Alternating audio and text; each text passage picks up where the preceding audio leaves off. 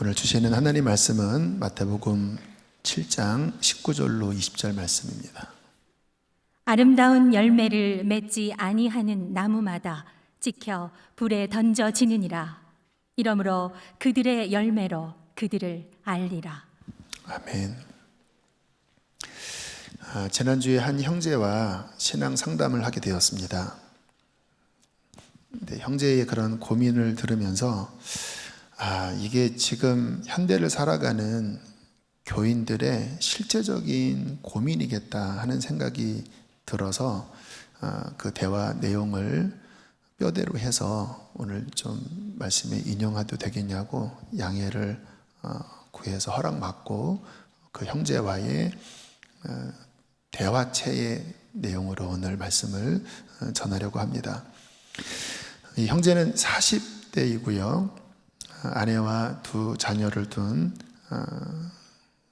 가장 직장인이에요. 우리 교인은 아닙니다. 형제가 20대 때부터 교회를 다녔다고 하고요. 나름 그래도 성실하게 교회에 다녔기 때문에 교리 공부도 하고 또 셀 리더도 하고 또 어려울 때는 하나님께 기도하면서 나름 작은 응답도 받았다고 합니다. 근데 저에게 찾아온 이유는 목사님, 제 신앙이 20년이 지났는데 발전이 없습니다. 늘 그 자리예요. 그냥 어려울 때 내 문제를 해결해 달라고 기도하는 그 정도지 정말 내 마음에서 살아계신 하나님이 경험되어지거나 또 내 안에서 영적으로 뭔가 변화가 일어나는 그러한 변화의 경험은 거의 일어나지를 않습니다. 너무 답답하다고 이야기를 하더라고요. 이 형제의 어떤 내적인 변화가 일어나지 않는 답답함에 대한 이 인식은 정상적인 문제의식입니다. 그렇잖아요. 하나님을 믿는다고 하는데 20년을 교회 다녔는데 정작 내 내면에서 그 영적인 측면에서 변화가 일어나지 않는다면 그거는 큰일 아닙니까? 임신을 했는데 10달이 지나도록 뱃속의 아이가 자라지 않는다면 심각한 문제가 생긴 거죠. 아마 이 자리에 계신 분들 가운데 이 형제와 같은 처지에 놓여 있는 분들이 적지 않게 계실 거예요. 교회를 다니지만 정말 내가 살아계신 하나님을 경험하고 있는가? 나의 내면의 영적 변화가 내가 주님을 믿는 그 연수만큼, 믿은 연수만큼 그렇게 풍성해지고 성장하고 있는가?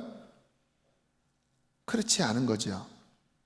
그냥 일요일에 예배 한번 보고 다시 세상에 나가서 거의 하나님 생각하지 않고 그냥 걱정하고 또 염려하고 또 분주하게 막 일을 하면서 그냥 세상 사람처럼 사는 거죠. 내 삶에 하나님의 거룩한 열매가 맺어지나? 거의 없죠. 과연 그러한 수준에 머물러 있다면 과연 그게 진정한 신앙일까? 오늘 성경은 이 부분에 대해서 이렇게 말씀을 하고 계십니다. 20절 말씀 함께 읽겠습니다. 시작. 이러므로 그들의 열매로 그들을 알리라. 열매로 그들을 알리라. 여기서 말하는 열매는 그 삶의 시간, 정열, 에너지, 재정, 지식, 모든 것들을 통하여 맺어지는 인생의 결과물들을 의미해요. 그 결과물, 열매가 그 사람이 어떠한 사람인지를 증명한다는 거예요. 일주일에 교회 한번 왔다 갔다 하는 이게 아니라 정말 내 삶에서 내 안팎에서 무슨 열매를 맺고 있는가. 하나님 만났는데 변화가 전혀 없다면 만난 게 아니겠죠. 제가 형제님에게 이렇게 말씀을 드렸습니다. 성경 속의 모든 인물은 다 하나님을 만났고 그 하나님으로 인하여 변화되었습니다. 아브라함은 하나님을 만나 말씀을 쫓아가면서 믿음의 조상이 되었고, 노아는 하나님의 음성을 듣고 방주를 지어 가정을 구원하였고, 예수님의 제자들은 주님을 만나 성령을 받고 예수님의 증인이 되었습니다. 그렇잖아요. 주님 만난 사람들 다 변화되었지요. 여러분, 우리가 하나님을 만나면 물과 성령으로 거듭납니다. 다시 태어나게 돼요. 영적 출생을 하게 되는 거지요. 그러면 성령이 내 안에 오셔서 새 피조물로 변화시키시는데, 그 새 피조물의 정체성은 하나님의 자녀입니다. 하나님이 내 아버지예요. 동시에 예수님이 나의 주인이십니다. 그런 변화가 일어날 수밖에 없죠. 여러분, 훌륭한 사람 만나서 인생이 바뀐 사람이 있죠. 그런데 피조물이 창조주이신 하나님을 만나서 새로 태어났는데, 성령이 내 안에 오셨는데, 그리고는 아무 일도 없었더라? 말도 안 되는 일입니다. 그 폴 워셔 목사님이 이렇게 비유를 드시더라고요. 교회 다녀도 안 변하는 사람을 가리켜 고속도로에서 160km로 달려오는 20톤 트럭과 정면 추돌을 했다는 거예요. 그리고는 아무 일 없이 교회에 왔어요. 그리고 사람들한테 이야기하는 거예요. 20톤 트럭과 160km로 정면 추돌했어. 그리고 온 거예요. 아무 일 없이. 말이 안 되죠. 교회를 다니고도 아무 변화가 없는 사람들은 이렇게 말을 하는 것과 똑같다. 어떻게 하나님 만났는데 아무 일도 없었더라? 말도 안 된다라고 하는 거죠.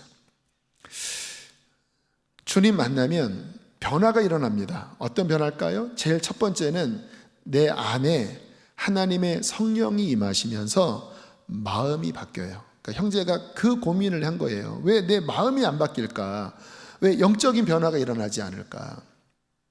주님 만나면 마음이 바뀌거든요. 이런 이야기를 하고 있는데 형제님이 굉장히 현명한 질문을 저에게 하더라고요.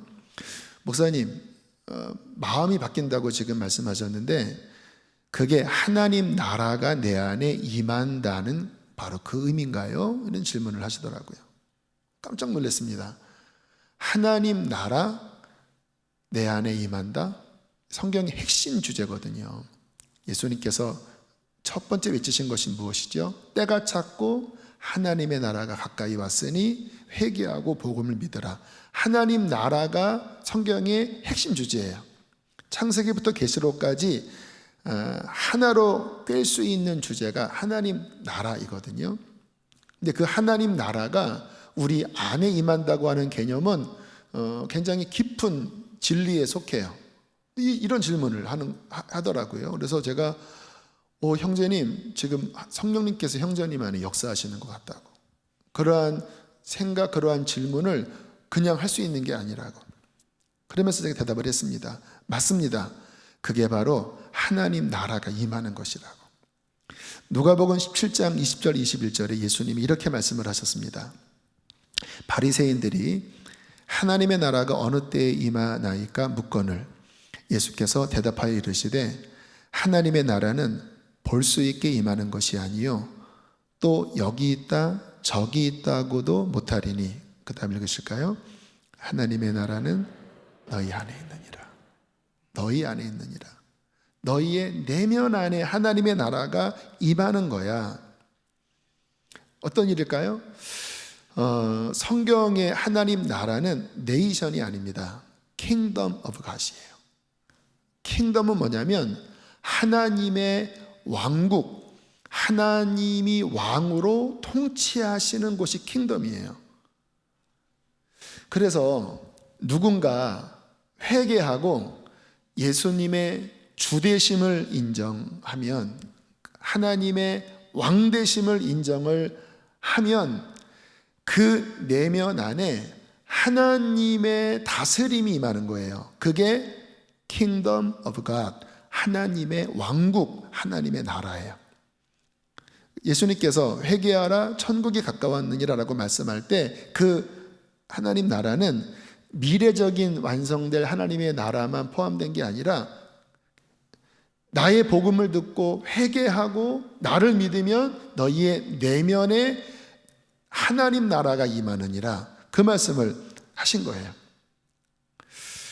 로마서 14장 17절에는 사도 바울이 또 이렇게 이야기를 했습니다. 함께 읽으실까요? 시작. 하나님의 나라는 먹는 것과 마시는 것이 아니요 오직 성령 안에 있는 의와 평강과 희락이라. 여기에 먹는 것 마시는 그 의미는요, 율법 조항을 의미합니다.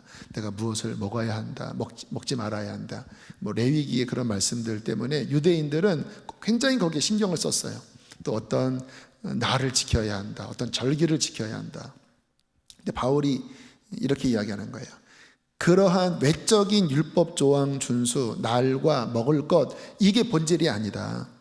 하나님의 나라는 회개하고 예수 믿는 자 안에 성령이 임하시면서 그가 죄사함 받아 의로운 백성이 되고, 그리고 하나님 천국의 특질인 샬롬, 하나님의 평강, 천국은 기쁨의 나라잖아요.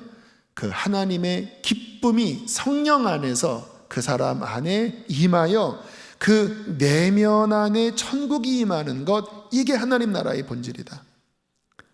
내 영혼이 은총 입어 중한제진 벗고보니 내 주 예수 모신 곳이 그 어디나 하늘나라. 내 주 예수 모신 곳이 그 어디나 하늘나라. 초막이나 궁궐이나 내 주 예수 모신 곳이 주님을 왕으로 인정하여 그분을 모신 내 마음에 하나님 나라가 성령으로 임하는 것, 이것이 하나님의 나라입니다. 이와 같은 말씀을 함께 나눴는데 점점 대화가 깊어져 갔어요. 그러면서 제가 이렇게 또 권면을 했습니다. 그렇게 되면, 하나님의 나라가 임하면 이제 인생의 목적이 바뀝니다. 더 이상 이 땅에 내가 먹고 마시는 이게 목적이 아니고 이제 하나님의 나라와 하나님의 의를 구하며 삽니다. 이 말씀은 형제님의 직장을 내려놓으라는 의미가 아닙니다. 여전히 형제님은 직장 안에서 일을 해야 하고 또 최선을 다해야 하지요. 그러나 이제 목적이 바뀐 겁니다. 무슨 목적? 하나님의 나라, 하나님의 의, 하나님의 뜻을 구하는 것이 목적이 된 거예요. 형제님의 주변을 보면 인생의 의미를 찾지 못하는 많은 사람이 있을 것입니다. 열심히 돈을 벌고 열심히 일을 하지만 점점 지쳐가는 사람들, 마음이 찌들어가는 사람들, 그들은 그와 같은 삶이 얼마나 힘들고 의미 없는 삶이라는 것을 알아요. 또 언젠간 본인이 죽는다라는 것도 알아요. 그러나 대안이 없기 때문에 그냥 그렇게 살 수밖에 없는 거예요. 그런데 형제님이 그들에게 이제 변화를 보여주는 겁니다. 나도 예전에는 당신들 같았지만 이제 예수님 믿고 내 안에 변화가 일어났어. 영원한 소망이 생겼고 내 안에 진정한 평강이 임했고 나는 지금 너무 기뻐. 그렇게 형제님 안에 경험한 하나님의 나라를 이야기하면 사람들은 반응을 보이기 시작할 것입니다. 사람들이 종교적으로 전도하면 싫어하지만 진짜 내가 경험한 진짜 하나님 나라를 이야기하면 모든 사람들은 반응을 보일 수밖에 없습니다. 왜냐하면 모든 사람이 바라는 것은 바로 그것이니까요. 우리는 피조물이고 하나님이 창조주인데 우리는 그 창조주 하나님을 만날 때 비로소 채워지는 겁니다. 형제님이 바로 그것의 증인이 되는 것이죠. 그렇게 형제님이 전하다 보면 어떤 사람은 반대하겠지만 그 중에 하나님이 구원하기로 작정된 영혼들을 만나게 될 것입니다. 그들은 어릴 때 교회를 다녔던 경험이 있거나 가족 중에 누가 계속 기도를 하는 사람이거나 마음이 낮아져서 뭔가 진리를 갈구하는 누군가를 만나게 될 거예요. 그때 형제님 안에 있는 그 소망, 그 변화, 그 하나님의 나라를 전하면 그가 주님께로 돌아올 것이고 그 한 영혼이 돌아온다고 하는 것은 말할 수 없는 기쁨이고 하나님이 너무나 기뻐하는 하나님 나라의 그 일입니다. 그렇게 살아가다 보면 어떤 일이 벌어지냐면 하나님이 이 땅에 우리의 삶도 도우십니다. 마태복음 6장 33절 함께 읽습니다. 시작. 그런즉 너희는 먼저 그의 나라와 그의 의를 구하라. 그리하면 이 모든 것을 너희에게 더하시리라. 그렇게 살면 내가 직장에서 하는 일들에 하나님의 개입이 더 분명해집니다. 하나님이 도우세요. 왜? 먼저 하나님의 나라를 위해 살아가면 실패자가 되는 게 아니라 이 땅의 삶도 하나님이 임마누엘 함께 하시고 그리고 도와주셔서 내가 내 입으로 할 수 없는 것들을 하나님이 지혜와 힘과 환경을 움직이셔서 잘 하게 하심으로써 하나님께 영광을 돌리게 하시는 거죠. 다니엘이 그랬잖아요. 요셉도 그랬고. 이러한 이야기를 이제 함께 나누고 있었는데 형제님이 조심스럽게 질문을 하더라고요. 목사님, 저는 광교에 있는 아파트로 이사 가고 싶은데 그러면 아파트를 얻을 수 있나요? 이런 질문을 하시더라고요. 약간 당황을 했습니다. 그러면서 솔직한 마음을 토로하더라고요. 몇 년 전에 어쨌든 집 하나를 장만을 했는데 그래서 뭐 야근도 하고 아무튼 재정적으로 굉장히 이렇게 열심히 일을 했대요. 그런데 몇 년이 지난 다음에 보니까 전혀 집값도 안 오르고 나의 재정이 그냥 멈춰 있는 상태라는 것을 보고 되게 요즘 마음이 좋지 않았대요. 누구는 뭐 집값도 오르고 뭐 돈도 더 많이 버는데 나는 몇 년간 열심히 했음에도 난 제자리 걸음이었구나. 난 그러면 실패자가 되는 건가? 뭐 이런 마음 때문에 힘들었다고 이야기를 하더라고요. 이게 요즘 현대인들의 가장 중요한 관심사지요. 제가 어떻게 대답을 해야 될까요? 형제님, 주님께서 열심히 하나님 나라를 위하면 돈 넣고 돈 먹기 광교 아파트 주실 것입니다. 믿습니까? 이렇게 하지 않았습니다. 이렇게 대답을 했어요. 주실 수도 있고 주시지 않을 수도 있습니다. 더 중요한 것은 마음이 바뀌는 것입니다. 좋은 집 살고도 여기가 지옥인 사람이 얼마나 많습니까? 그러나 비록 좋은 집은 아니지만 마음이 바뀐다면 하나님 나라가 내 안에 임하여 내 마음이 바뀌면 천국이 내 마음 안에서 이루어지는 것이 아니겠습니까? 그러면 마음이 행복하고 마음이 충만하면 그런 것들이 그렇게 큰 내 마음의 문제는 아니게 될 거예요. 질문하더라고요. 그럼 아파트를 주시나요? 정말 간절하게 원하는 마음이 느껴졌습니다. 제가 이렇게 대답을 했습니다. 주님 나라 위에 살면서 소원을 하나님께 아뢰어 보세요. 하나님은 우리의 아버지이시기 때문에 우리가 갖는 그러한 소원에 대하여 하나님은 무심하지 않습니다. 제가 경험한 하나님이 정말 그러셨어요. 제가 주님 만나고 십자가를 붙잡고 저는 소원이 순교였거든요. 주님, 내가 주님을 위해서 순교하는 자가 되게 도와주십시오. 뭐 그런 기도 했습니다. 하나님이 기억하시면 언젠간 그 일이 이루어질 줄 믿습니다. 아멘을 안 하시기 바랍니다. 그런데 제 안에 어린아이 같은 바람들이 있잖아요. 근데 지나고 나니까 그런 것들도 하나님이 굉장히 많이 들어주셨더라고요. 그래서 제가 느낀 건 하나님은 어떤 종교적으로 너는 십자가를 지고 늘 희생하고 늘 포기하고 이렇게만 말씀하는 분은 아니구나. 그렇게 우리가 산다면 하나님은 아빠이기 때문에 그러한 어떠한 인간의 요구 필요들에 대하여 다 들어주시진 않아요. 그런데 어느 때는 하나님 보시기에 줘도 괜찮겠다, 이거 줘도 애가 타락하지 않겠다 하면 주시기도 하시고, 그러나 어느 때는 주면 얘 영혼에 유익하지 않겠다 하면 주님이 안 주시기도 하시고, 그러나 하나님 아버지는 그러한 기도에 대하여 무심한 분은 아니라는 것을 제가 많이 경험했거든요. 그래서 형제님에게 그렇게 하나님 앞에 그렇게 원하시면 형제님 기도하세요. 그러나 분명한 것은 인생의 목적은 하나님 그분이고 하나님 나라고 하나님의 뜻입니다.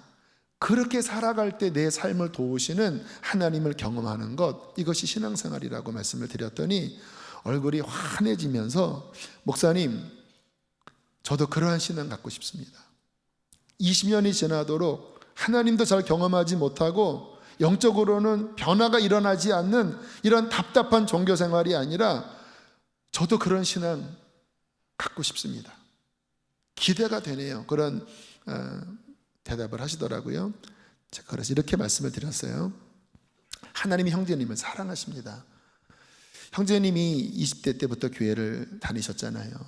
주님을 깊이 못 만났지만 그래도 엎어진 곳이 교회였잖아요.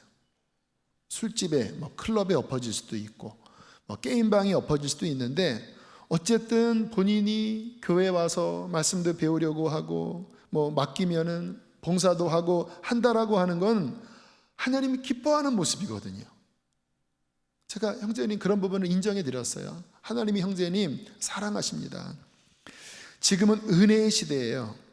고린도후서 6장 2절 이르시되 내가 은혜 베풀 때에 너에게 듣고 구원의 날에 너를 도왔다 하셨으니 함께 있습니다. 보라 지금은 은혜 받을 만한 때요 보라 지금은 구원의 날이로다. 지금 이 신약 시대는요 천국문이 열린 시대입니다. 예수님이 십자가로 우리 죄를 해결하셨고 부활로서 생명과 사망의 열쇠를 주셨고 그리고 승천하신 후에 성령을 보내주시면서 구원의 문이 확 열렸어요. 그래서 누구든지 예수님 말씀을 듣고 천국을 침노하잖아요. 막 두드리고 나 천국 백성 되길 원합니다. 주님 내가 변화되길 원합니다. 성령 받길 원합니다. 두드리면요 지존파도 마지막 사형장에 이슬되기 전에 한 명 빼놓고 다 구원받았어요. 옛날에 고재봉 아시죠? 막 감옥에서도 손가락으로 막 눈 찌르고 도끼로 막 사람 죽인 고재봉도 마지막 복음 듣고 회개하고 나를 받아달라고 기도할 때 주님 만나서 구원받았어요. 왜요? 십자가의 은혜, 구속의 은혜로 지금은 구원의 날, 은혜의 날이니까. 예수님은 또한 이렇게 말씀을 하셨습니다. 요한복음 7장 37절 38절 시작. 곧 큰 날에 예수께서 서서 외쳐 이르시되 누구든지 목마르거든 내게로 와서 마시라. 나를 믿는 자는 성경의 이름과 같이 그 배에서 생수의 강이 흘러나오리라. 누구든지 목마르거든 변화받기를 원하거든 하나님 나라를 원하거든 진정한 인생의 의미를 찾기를 원하거든 내게로 와라. 내가 구원자고 내가 길이고 진리고 생명이고 내가 십자가와 부활로 너희의 문제를 해결하고 구원의 문을 열었으니 내게로 와서 나의 구원의 강물을 마셔라. 나를 믿는 자는 성경의 이름과 같이 그 배에서 생수의 강이 흘러나오리라. 성령이 그 안에 임하여 하나님 나라가 임할 것이고 본인에게만 하나님의 나라가 임하는 것이 아니라 그를 통하여 생수의 강물 하나님의 나라의 그 생명력이 수많은 나라와 민족에게로 흘러가게 될 것이다. 형제의 얼굴이 더 밝아졌어요. 근데 제가 이렇게 마지막 권면을 했습니다. 그런데 형제님, 이때 형제님이 지불해야 될 대가가 있습니다. 뭐지요? 그것은 내 인생의 모든 주도권, 내 인생의 모든 주권을 이제 예수님께 다 드리는 것입니다. 이제 정말 예수님이 나의 주인이 되는 거예요. 갈라디아서 2장 20절 내가 그리스도와 함께 십자가에 못 박혔나니 이제는 내가 사는 것이 아니요 오직 내 안에 그리스도께서 사시는 것이라. 그동안 형제님은 내가 주인이 되어 교회를 다녔지만 내가 주인 되어 주님께 드린 적이 없잖아요. 어려울 때 도와달라고 했지만 정말 내 인생의 주도권을 주님께 드린 적이 없었잖아요. 내 인생의 짐을 내가 짊어지고 나는 루저가 되면 안 돼. 나는 돈을 벌어야 돼.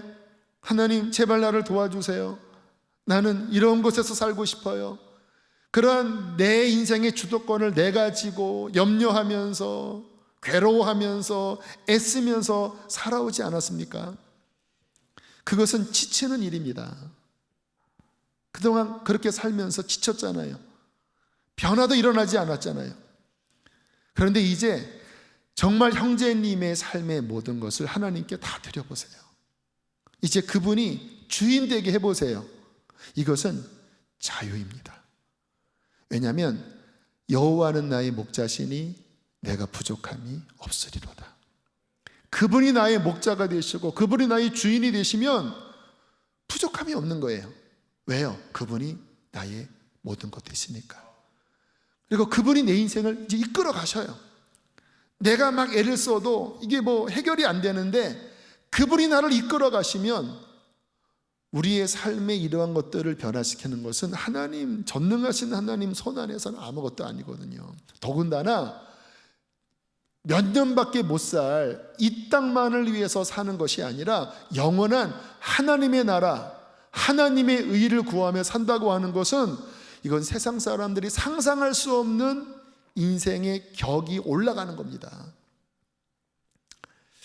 여러분, 제가 이 마지막 말씀을 그 형제에게 드릴 때 저는 가장 중요한 부분이라고 생각했어요.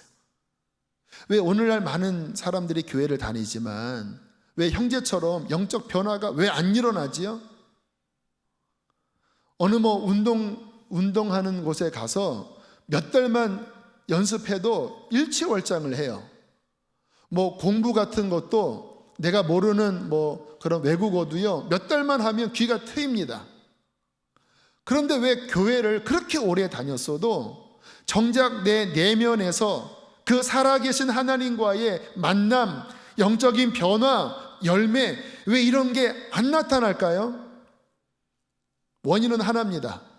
입술로는 믿는다고 하는데 정말 주님께 드리는 게 없는 거예요. 여전히 내가 주인이에요. 여전히 내 인생을 내가 굳게 붙잡고 있어요. 하나님께 드린다고 하는 거는 끔찍한 일 같아요. 혹시 하나님이 너 그럼 목사 되라 이런 막 음성 들릴까봐 뭐 귀를 막고 뭐 이거는 절대 이거를 주도권을 뺏기면 안 돼요. 그러나 교회는 나와요. 필요한 말씀들 같으니까 성경 말씀이 어려울 때 도와달라고 해요. 그러나 여전히 중심축은 나에게 있습니다. 그러면 절대로 하나님의 나라가 임할 수가 없어요. 하나님의 나라는 하나님의 왕되심을 인정하는 곳에 임하는 성령의 역사라고 했잖아요. 근데 하나님을 인정하지 않는데 하나님이 왕이 아니신데 어떻게 하나님의 나라가 그에게 임합니까? 제가 형제님에게 마지막으로 이렇게 당부했습니다. 형제님, 우리의 인생은 짧습니다. 지금 40인데 금방 50, 금방 60, 금방 인생의 끝이 됩니다. 오늘 이와 같은 말씀을 나누고도 여전히 형제님이 주인 되어 산다면 형제님은 교회를 다녀도 열매 없이 인생이 다 소진될 것입니다. 그리고 그렇게 열매 없이 하나님 앞에 선다면 그것은 형제에게 재앙이 될 것입니다. 그게 재앙이에요. 집값 안 오른 게 재앙이 아니라 결국 한 번도 주님께 주권을 드린 적이 없이 하나님의 나라 한 번도 경험한 적이 없이 교회만 다니다가 열매 없이 그분 앞에 선다고 하는 것, 이게 재앙이에요. 구원받지 못하니까. 그러나 형제님이 이제 내 삶의 주권을 드리고 성령님을 모시고 순종하며 산다면 이제 형제님은 열매를 맺게 될 것입니다. 하늘나라의 열매. 형제의 마음이 바뀔 것이고 형제의 가정에 하나님의 역사를 경험하게 될 것이고 형제님의 사는 곳에서 빛과 소금이 되어 하나님의 영향력을 끼쳐서 누군가를 구원해내는 하늘나라의 열매를 맺게 될 것입니다. 여러분, 이와 같이 열매를 맺는 게 얼마나 중요한지 아세요? 오늘 성경에 그와 같은 말씀이 나와요. 다시 한번 보면 18절까지 포함해서 보겠습니다. 잘 들어보세요. 좋은 나무가 나쁜 열매를 맺을 수 없고 못된 나무가 아름다운 열매를 맺을 수 없느니라. 아름다운 열매를 맺지 아니하는 나무마다 찍혀 불에 던져 지옥에 던져지느니라. 20절 함께 있습니다. 시작. 이러므로 그들의 열매로 그들을 알리라. 이 마태복음의 구원가는 열매입니다. 무슨 말이냐면 진짜 믿음은 진정한 열매를 맺고 가짜 믿음은 가짜 열매를 맺는다. 그래서 내 앞에 설 때 누가 천국 가는 줄 아니? 그 나라의 열매를 맺는 자가 천국 간다. 이게 마태복음의 구원관입니다. 제가 마태복음 강해를 시작한 이유가 이 부분을 분명하게 말씀드리려고 그러는 거예요. 1장부터 이렇게 나가지는 않을 것 같아요. 핵심 말씀 중심으로 다룰 텐데 열매를 보셔야 돼요. 열매는 아까 드린 말씀처럼 내 인생의 시간, 에너지, 열정, 관심, 말, 이 모든 것 통하여 맺어지는 결과물들이거든요. 어떤 열매를 여러분들은 지금 맺고 있습니까?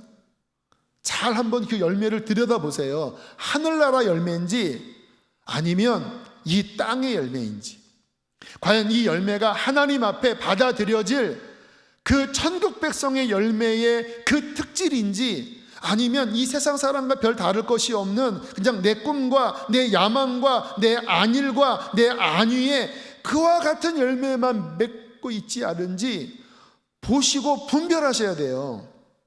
하늘나라 열매가 거의 없는데 교회 다니니까 나는 괜찮아, 입술에서는 더러운 말들이 나오고 은밀한 데서 죄를 짓고, 그리고 이 땅의 살만을 내가 추구한 것이 가득한 채 주일에 예배당 나온다고 천국인가요? 열매로 그들을 알리라. 아름다운 열매, 하늘의 열매를 맺지 아니하는 나무마다 찍혀 불에 던져지느니라. 이와 같은 말씀 앞에 하나님의 지혜를 갖고 우리의 삶에 무엇을 열매 맺는지를 돌아보시게 되기를 축복합니다. 성령의 열매는 이렇게 말씀을 하시죠. 갈라디아서 5장 22, 23절 함께 읽겠습니다. 시작. 오직 성령의 열매는 사랑과 희락과 화평과 오래 참음과 자비와 양성과 충성과 온유와 절제니 이와 같은 것을 금지할 법이 없느니라. 그리고 다음에 나오는 말씀이 지금 떠오르니까 성령님이 주시는 말씀이라고 제가 암송하는데요. 그리스도 예수의 사람은 육체와 함께 그 정과 욕심을 십자가에 못 박았느니라. 6장 넘어가면 이와 같은 말씀이 나와요. 하나님은 만홀히 여김을 받지 아니하시나니 사람이 무엇으로 심든지 그대로 거두리라. 자기를 위하여 육체에 심는 자는 육체로부터 썩어질 것을 거두고 성령을 위하여 심는 자는 성령을 통하여 영원한 것을 거두리라. 그러니까 성령의 열매를 맺는 사람은 이와 같이 살아가요. 사람의 본성이 역동하잖아요. 이 본성은 땅의 것에 뿌리를 두고 있어요. 거듭난 그리스도인들도 이 육신의 어떤 죄의 욕구로부터 자유롭지 못합니다. 근데 믿음은 뭐예요? 얘가 2000년 전에 주와 함께 못 박혔다고 하는 거예요. 그게 십자가의 진리 가운데 하나거든요. 그래서 그런 게 막 역동할 때마다 나는 그리스도와 함께 십자가에 죽었어. 나의 옛사람은 주와 함께 죽은 거야. 십자가로 내 옛사람을 처리하는 이것을 반드시 해야 돼요. 그래야 그리스도 안으로 들어갑니다. 그래야 그분의 왕되심이 그 안에서 인정되어지게 돼요. 근데 진짜 바보같이 교회 다니는 분들이 이 자기 부인, 그리스도 예수의 사람은 육체와 함께 정과 욕심을 십자가에 못 박았느니라. 나를 따라오려거든 자기를 부인하고 제 십자가를 지고 나를 쫓을 것이니라. 이게 기독교 참된 신앙의 첫 번째 스텝이거든요. 이거를 안 해요. 그리고 하나님을 내 육체의 욕망을 위한 도구로 사용하려고 그래요. 그러니까 시작부터 스텝이 꼬여버린 거예요. 초대교회에 나타났던 그 거룩한 열매가 이 첫 번부터 꼬여버리니까 안 맺어지게 되는 거예요.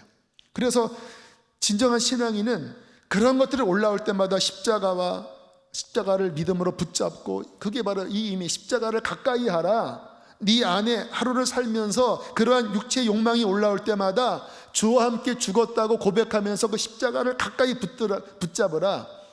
그래서 주님과 함께 연합시키잖아요. 어떤 일이 벌어집니까? 주님이 성령을 부어주세요. 그리고 그 성령님을 따라가려고 하면 율법으로는 할 수 없는, 육체가 연약하여 율법으로 할 수 없는 하나님의 뜻을 성령께서 할 수 있도록 도와주세요. 그래서 갈라디아서 5장 23절에 보면 이 같은 것을 금지할 법이 없느니라. 성령님이 하게 하시면 누구도 막을 수 없다라는 거예요.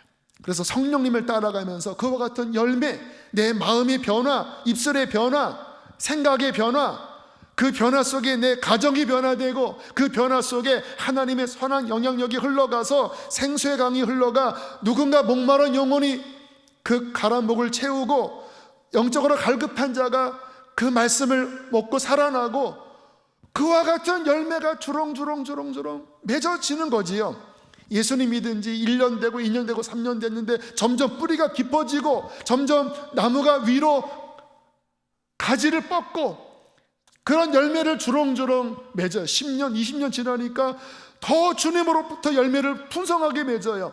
그 열매를 풍성히 맺다가 마지막 주님 앞에 가는 날, 그 열매를 주님께 올려드릴 때 주님이 영광을 받지 않겠습니까?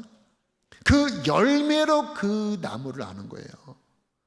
근데 이거는 20년, 30년 됐는데도요, 그냥 삶을 보면 세상 사람과 별 차이도 없이 그 마음의 욕망들, 그 생각의 작동들, 그 눈으로 보는 것들, 그 입에서 나오는 것, 그 모든 것이 썩어질 열매만 가득하다면, 그거 붙잡고 조금 잘 살면 행복해하고, 그 썩어질 돈이 하나님 나라에 의해 쓰여지는 11조 무슨 그런 거에 대해서는 아까워하고, 그냥 내가 어떻게 잘 살까 여기에만 관심 갖는다면 그 열매가 하늘나라 열매가 아니잖아요. 저는 우리 모든 성도님들이 하늘나라 열매를 맺는 그리스도의 참된 제자들이 되기를 축복합니다. 주인 바꾸세요. 분명하게 날마다 나를 십자가에 함께 연합시키는 매일의 십자가를 붙잡으십시오. 그리고 내가 연약하니까 매 순간 성령님 의지하세요. 그리고 나의 삶의 표준인 하나님 말씀 붙잡으세요. 그리고 그 말씀을 따라가려고 힘써 순종하면 하나님은 여러분의 삶의 모든 것들을 아름답게 변화시켜 주실 것입니다. 함께 이 시간 찬양하시겠습니다. 우리 예수 우리 왕이요. 이 찬양 고백할 때 다시 한번 그 형제님에게 제가 선포한 것처럼 주인을 바꾸세요. 하나님의 나라가 왕되심을 인정하는 곳에 임합니다. 그 마음으로 함께 이 찬양 고백하시겠습니다.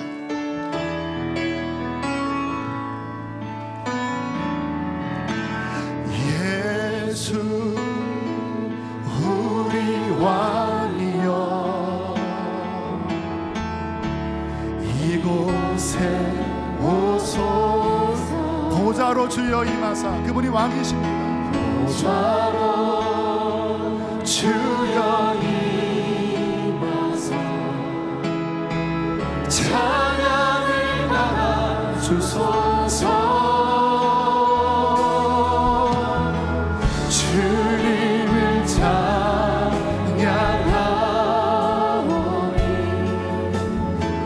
주님을 경배하오니 왕이신 예수여, 왕이신 예수여 오셔서 우리 다시 한번 그분의 왕되심을 인정합시다. 예수 우리 왕이요. 예수 우리 왕이요, 이곳에 오소서. 보좌로 주여 임하사 찬양을 그분을 인정하세요. 성령님께서 함께하여 주실 것입니다. 주님을 찬양하오니 찬양하오니 주님을 경배하오니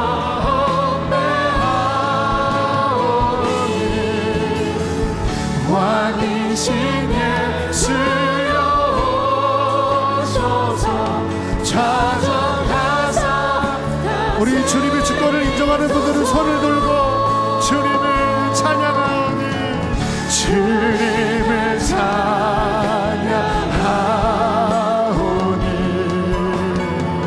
주님을 경배하오니 왕이신 예수여 오셔서 찾아가사 다스리소서. 기도할 때 하나님, 주님의 주권을 인정합니다. 나를 통치하여 주십시오. 주님이 나의 왕이십니다. 내 인생의 염려, 두려움, 모든 것 주님의 손에 올려드립니다. 주여, 나를 통치하여 주시고 변화시켜 주시옵소서. 성령을 부어 주시옵소서. 주여 한번 부르시고 기도하겠습니다. 주여, 주님, 나의 왕이신 주님, 주님을 인정합니다. 주님을 환영합니다. 누구든지 목마르거든 내게로 와서 마시라. 나를 믿는 자는 그 배에서 생수의 강이 흘러나오리라. 성령을 받으리라. 천국은 침도는 자의 것이라. 주여,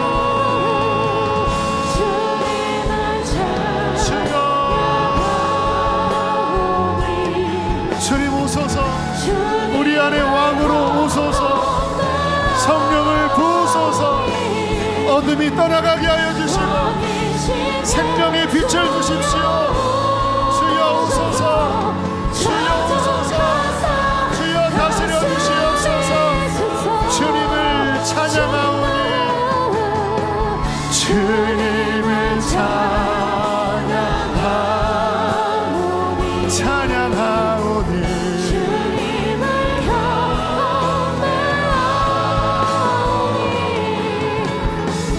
왕이신 예수여 오셔서 찾아가사 다스리소서.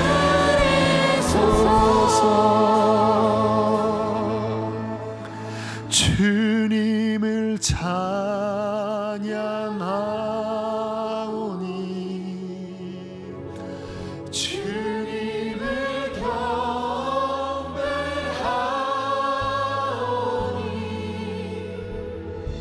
왕이신 예수여 오셔서 찾아가사 다스리소서. 왕이신 예수여, 왕이신 예수여 오셔서 찾아가사 다스리소서. 우리 한 번 더 진심으로 왕이신 예수여, 왕이신 예수여 오셔서 찾아가사 다스리소서. 왕이신 주님, 나의 생명도, 나의 죽음도, 나의 가정도, 나의 재물도, 내 꿈도, 내 직장도 다 주의 것입니다. 내가 쥐지 않겠습니다. 주님을 왕으로 인정하오니 주의 나라 내 안에 임하소서. 성령을 부으시고 생수가 내 배에서 강처럼 흐르게 하시며 하나님 나라와 의를 구하며 살게 해주십시오. 하나님 성령을 부어주소서. 성령을 받으라 하셨사오니 주님의 나라의 영 성령을 부어주십시오. 귀한 예물 봉헌합니다. 기쁘게 흠양하시고 우리 이 땅에서의 삶도 그의 나라와 의를 구할 때에 이 모든 것을 더하신다고 하는 약속을 이루소서. 건강을 지켜주소서. 코로나의 위협으로부터 성도들의 발걸음, 저들의 가정, 우리의 교회를 보호하여 주십시오. 주님의 왕되심을 인정합니다. 몸이 아픈 이들이 있습니까? 주님 치료하여 주시고 강건케 해 주십시오. 이제는 우리 주 예수 그리스도의 은혜와 하늘 아버지의 그 크신 사랑과 성령의 교통하심이 주님의 왕되심을 인정하고 돌아가는 주의 백성들에게 영원토록 함께 하시기를 축원하옵나이다.